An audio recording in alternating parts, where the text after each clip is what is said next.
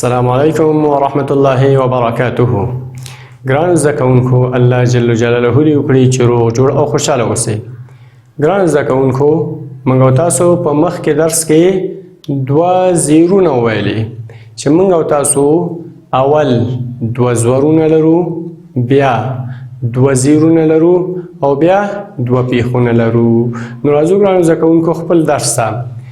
مضمون می قرآن کریم دی. مضمون مو چیه دی؟ قرآن کریم، کلام د رب العالمین د بشر د هدایت لپاره راغلی دی. او موضوع مو دوه پیښونه دي. موضوع مو چیه ده؟ دوه پیښونه. درس مو څو هم دی؟ درس مو شلم درس دی. صفحه څومه ده؟ 23مه صفحه ده. دوه زیرونه دي چې ګرانو زده کوونکو دا به موږ تاسو یادوو او تکراروو. او نصیحت مو دا دی ګرانو زده کوونکو، په یو ځل تکرار باندې اکتفا مه کوئ. هغه عربي کې یو معقوله ده، چا چې یو شی زیات تکرار کړ نو هغه به په حفظ کې هغه کینی او هغه به صحیح کیږي، بیا به نه غلطیږي. نو بار بار تکرار کوئ، کور ته لاړ شئ، هلته تکرار کوئ. او همدارنګه تاسو کولی شئ چې کور کې له مور او پلار څخه تاسو هم څه شی واخلئ، مرسته او کومک واخلئ. نو راځو ګران زده کوونکو، الف تا په حروف هجاو کې لومړنی حرف کوم حرف ده؟ حرف د الف ده ګران زده کوونکو. دا الف چې موږ تاسو ګورو الف ده. څه شی ده؟ الف ده. خبره د دې لپاره تاسو ته واضحه وایم، که چېرته مې دې ته حرکت ورکړ بیا به حمزه د الف په شکل کې شی به حمزه د الف په شکل کې. نو چې حرکت مې ورکړ الف نه بلکې حمزه. آخر کې تکرار راځي تر څو چې زموږ او ستاسو په ټولنه کې دا مشهوره ده. نو موږ بیا هم همغه لیکو. اوس یې وایو دې باندې څو حرکته ږدو؟ دوه حرکته. څو حرکته؟ دوه. نو ګران زده کوونکو څه کېږي؟ الف دو پیش اون. الف دو پیش اون. څه شی؟ الف دو پیش اون. الف دو پیش اون. تلفظ به سره خمی، ادا به سره خمی. داسې ګران زده کوونکو څه شی؟ تلفظ به اون. څه شی به اون. الف دو پیش اون. ګران زده کوونکو سره تکرار کړئ. الف دو پیش اون. الف دو پیش اون. الف دو پیش اون. هغه نه بعد بل حرف ترازو خو قاعده میسره هم یاده کړئ چې دا هم ستاسو یادي. همزه ضمتین اون. ګورئ هلته همزه ورته وایي.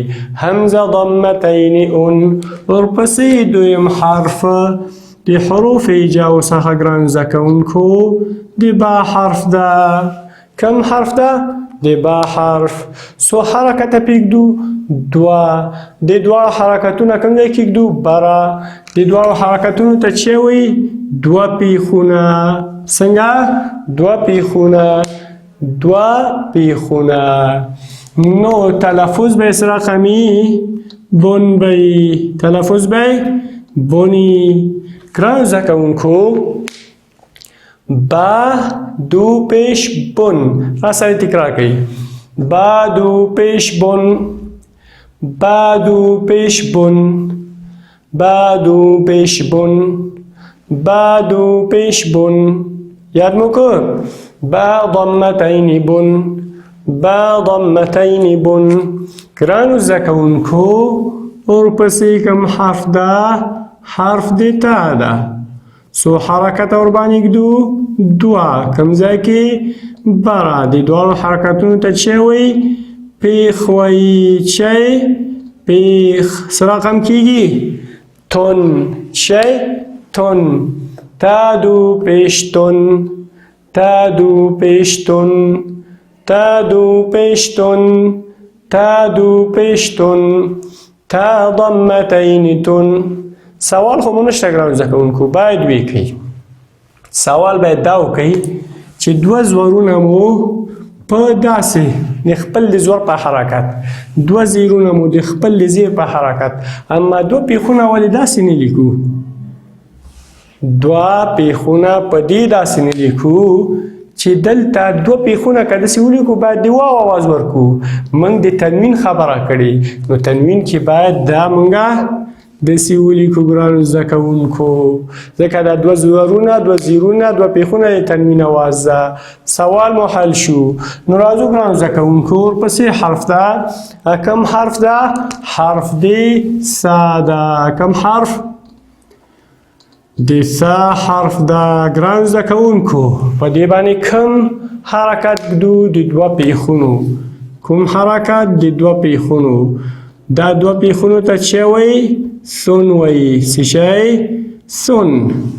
سادو پیش سون، سادو پیش سون، سادو پیش سون. ګرانو زده کوونکو په یاد مو اوسه دا حرف اکثر خلک غلط وایي. څه شی وایي؟ سون وایي. سین او سی په خپل مخرج کې ډېر غټ توپیر لري چې سا د ژبې په څوکه ده او سین د لاندې غاښونو د بره غاښونو د یو ځایوالي څخه، چې ثواب او ثواب ډېر زیات فرق لري. نو تلفظ به اوس یادوئ. بره غاښونه لکه ستاسو بره غاښونو سره داسې دوه غاښونه مو شو ګرانو زده کوونکو ترمنځ مسافه صحیح ده او د پاسه مو پیورئ.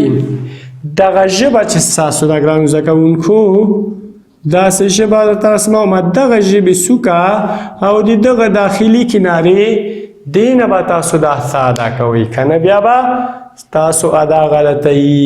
نو څه رقم؟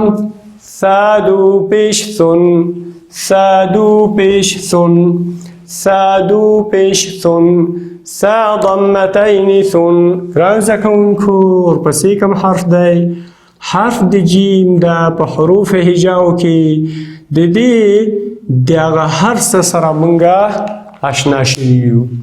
نوم یې د دوه حروفو نه زیات ده، اندازه پې د مد ده 6 حرکته. او اوس موږ او تاسو بل هم ورسره اشنا شوي چې جیم سخت وایو. څه شی وایو؟ سخت وایو. څه رقم؟ جون، جون. جیم دو پیش جون، جیم دو پیش جون، جیم دو پیش جون، جون، جون. جیم ضمتین جون. ګرانو زده کوونکو دا حرف هم تاسو یاد که چې دلته د دوو څخه زیات نوم جوړو، لیکن اندازه د مد پې 0 وه. د دوی ادا وه 2 حرکته، د دې 6 حرکته او حرف سخت حرف و. ورپسې کوم حرف ده ګرانو زده کوونکو؟ د ح حرف ده. ح چې د ستوني له وسط څخه ادا کېږي په ډېره اسانۍ، په ډېره اسانۍ. نو حادو پیش حن، حادو پیش حن. څه رقم؟ حن، حن. دغه موږ او تاسو چې کله ځوانۍ ته ورسېږو نو په ستونه کې هم یو غوټه غوندې پیدا کېږي. د دغه غوټۍ سره حادو پیش حن، حادو پیش حن، ح ضمتین حن، ح ضمتین حن. ورپسې ګرانو زده کوونکو کوم حرف ده؟ د حروف هجاو څخه د خ حرف ده چې دا حرف د مسیح حروفو څخه ده، ډک اواز سره تلفظ کیږي. نو دوه پیښونه مو پکې ایښودل. څه شی کیږي؟ خن. څه شی؟ خن. خا ضمتین خن، خا ضمتین خن، خادو پیش خن، خادو پیش خن، خادو پیش خن. دا مو هم یاد کړو. حرف ډک ویلی کیږي. د دې حروف سره فرق دا ده، ډک، تش، سخت، نرم، نرم. ورپسې به کوم حرفي؟ حرف د دالي. دال باندې به ګرانو زده کوونکو دوه پیښونه برږدم. نو څه شی به کیږي؟ دون بشي. څه شی؟ دون. را سره تکرار کوي. دال دو پیش دون، دال دو پیش دون، دال دو پیش دون. چې قلم و یا سره کې ورته دال ضمتین دون وی. دون. د دې نه بعد ګرانو زده کوونکو کوم حرف دی؟ حرف د ذال دی. کوم حرف؟ حرف د ذال دی. ذال باندې به دوه پیښونه ږدم. دوه پیښونه. نو څه شی به کېږي؟ ذن. څنګه دا مې چې د ثا درته ویلې وه د ذال هم ده. ذالو پیش ذن. ذالو پیش ذن. ذالو پیش ذن. ذن. ذال ضمتین ذن. ګرانو زده کوونکو د دې نه بعد کوم حرف ده؟ حرف د را ده. حرف د را. دغه را چې ما مخکې هم تاسو ته ویلي دي بیا یې هم وایم شبه مثالیه ده. په دې حالت کې به دا ډکه وي. دا به همیشه ډکوالی پکې نه وي بلکې د حالت سره به چې لري ارتباط لري. نو څه شی ده؟ رادو پیش رن. رادو پیش رن. ټکه وسط رن. را ضمتین رن. را ضمتین رن. هغه نه بعد ګرانو زده کوونکو کوم حرف دی د حروف هجاو څخه؟ زا حرف دی. کوم؟ زا. زادو پیش زن. زادو پیش زن. زادو پیش زن. زا ضمتین زن. ګرانو زده کوونکو ما مخکې درته ویلي چې دا زا کله وایي کوشش وکئ یو اواز راوباسئ. مشابهت د عسلو یا د موږ او تاسو ورته چې وایو شات وایو د شاتو مچۍ د هغه اواز سره یو مشابهت راوباسئ. نو څه شی به وي؟ ذن. دا و زموږ او ستاسو نننی درس ګرانو زده کوونکو چې سبانی درس به مو د دې په ادامه کې په اخره کې مو په خدای سپارم. ومن الله توفیق.